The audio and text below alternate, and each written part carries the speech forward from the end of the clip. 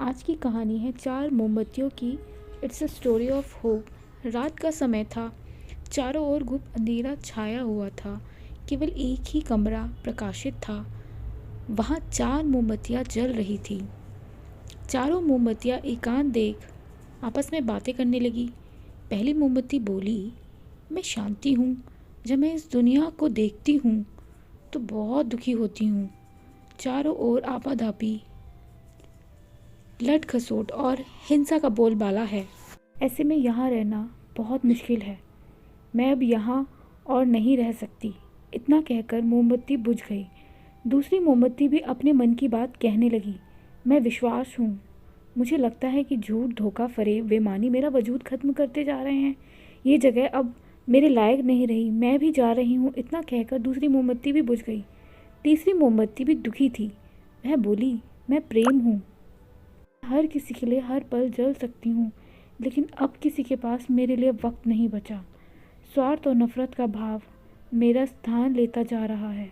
लोगों के मन में अपनों के प्रति भी प्रेम भावना नहीं बची। अब ये सहना मेरे बस की बात नहीं। मेरे लिए जाना ही ठीक होगा। कहकर तीसरी मोमबत्ती भी बुझ गई। तीसरी बत्ती बुझी ही थी कि कमरे में एक बालक ने प्रवेश किया। मोमबत्ती को बुझा हुआ देख उसे बहुत दुख हुआ। उसकी आंखों से आंसू बहने लगे। दुखी मन से बोला, इस तरह बीच में ही मेरे जीवन में अंधेरा कर कैसे जा सकती हो तुम? तुम्हें तो अंत तक पूरा जलना था, लेकिन तुमने मेरा साथ छोड़ दिया।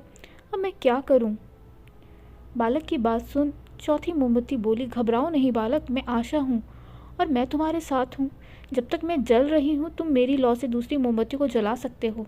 चौथी मोमबत्ती की बात सुनकर बालक का ठाठस बंद गया। उसने आशा के साथ शांति, विश्वास और प्रेम को पुनः प्रकाशित कर लिया। इस कहानी से हमें यही सीख मिली कि जीवन में समय एक सा नहीं रहता। कभी उजाला रहता है तो कभी अंधेरा। जब जीवन में अंधकार आए, मन अशांत हो जाए, विश्वास डगमगाने लगे और दुनिया पराई लगने लगे, तब आशा का दीपक जला लेना। जब तक आशा का दीपक जलता रहेगा, जीवन में कभी अंधेरा नहीं हो सकता। आशा के बल पर जीवन में सब कुछ पाया जा सकता है।